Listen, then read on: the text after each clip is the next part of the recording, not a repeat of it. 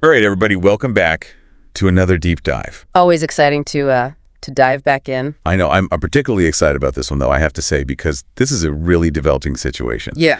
And this is, a lot of times we look at primary source documents and things that have already happened. Right. This one we are right in the middle of. Absolutely. So we've got this document, powerplanteruption.pdf. Pretty dramatic title. Yeah, no kidding. And it's all about a reported fire at a nuclear power plant in Iran. Right, and it's important to state right up front. This is coming from opposition activists in Iran. Exactly. So we're not talking about state-run media or anything. No. This is very much, we're in the world of speculation. We're in the world of what ifs. Right. And that's exactly where I think critical thinking is most valuable. 100%. So I think this is going to be a really interesting one to unpack. I think there's a lot here. I think so too. So let's just jump right in and see what we can piece together. Sounds good. Okay, so from this document snippet that we have, it mentions a fire at the Karaj nuclear power plant. Right. Doesn't give a ton of details about, the cause or anything like that. Right. And really our only source here is these Iranian opposition activists. Yeah, it's a single source, but, potentially huge implications. Right. So it's kind of like you're trying to understand an earthquake from a single tremor, Exactly, yeah. You're getting this one little piece of information, but it could be indicative of something much larger. Yeah, for sure. So, yeah, starting with Karaj itself, it's, official details are always a little bit scarce when it comes to Iran's nuclear program. Of course. But from what we can gather from open source intelligence, Karaj is primarily focused on nuclear research. Okay. And the production of medical isotopes. So we're not talking about, a large-scale energy reactor like Chernobyl or anything like that. Yeah. But that being said, any fire in a facility that's handling nuclear materials is obviously a serious matter. Yeah, a fire at a facility like that immediately sends shivers down my spine thinking about Chernobyl and just the sheer scale of that disaster. Exactly. And while the potential scale here might be different, a fire could still be devastating. Right. We're talking about potential containment breaches, radiation leaks. These are all possibilities that need to be considered. Absolutely. And that brings us to, the cause of the fire. Right. Was this an accident, equipment malfunction, human error? Or could it be something more deliberate?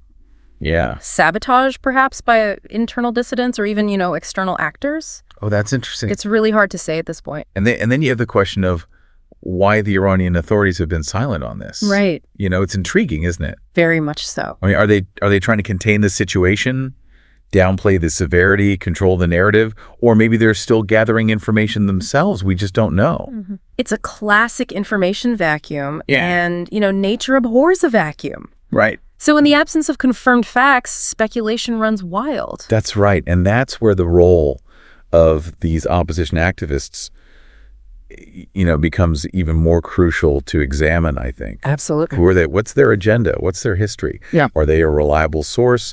Do they have, a history of accuracy? Or could this be an attempt to sow chaos and further their own, political goals? Right. We really have to be cautious of accepting any single narrative at face value, I think, especially in such a complex geopolitical landscape like we see in the Middle East. 100%. It's so easy to get caught up in, the emotion of a story like this. Oh, yeah. Especially when it deals with something as potentially, catastrophic as a nuclear incident. Right. But we have to take a step back and really analyze the information that we have. Yeah. Look at the sources, consider their motivations, Right. and try to piece together the most objective picture that we can. It's really a masterclass in media literacy, isn't it? It really is, yeah. Absolutely. So, Yeah. Even if this specific incident, Yeah. turns out to be less dramatic than this initial report suggests, Right.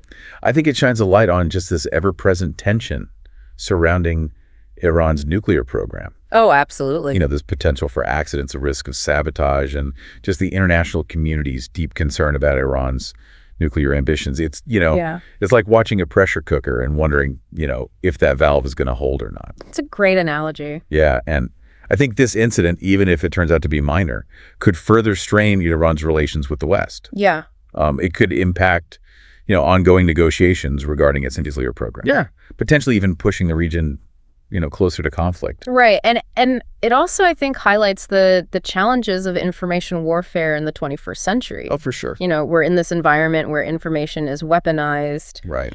and it's used to manipulate public opinion to sow discord. And it's really difficult to sift through all of the noise and figure out what's real and what's not. Yeah, it's really challenging. It is. And it's something that I think we all need to be more aware of and more vigilant about, in our own consumption of information. Absolutely. So as we wait for more information to emerge about this incident at the Courage nuclear power plant, what are some of the things that we should be watching for?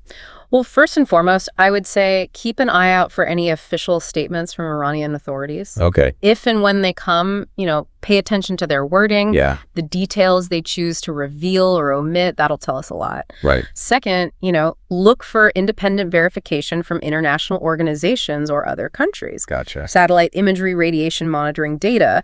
These could provide, crucial evidence to either support or refute the initial claims. Yeah. And finally, watch for reactions from other key players in the region and globally how they respond, the actions they take or don't take. All of that will speak volumes about, how seriously they're taking this incident and what they believe the potential consequences might be. Yeah, that's a really good point. It's it's not just about what's being said, it's also about what's not being said and what actions are being taken. Exactly. So it's a waiting game, but an incredibly important one. Yeah. And it's one that, as we always say, could have ripple effects across the globe. So as always, stay curious, stay informed, stay vigilant, and keep those critical thinking skills sharp. Absolutely. Thanks for joining us for another deep dive. Wow. We'll see you next time. See you then. Bye-bye. Bye.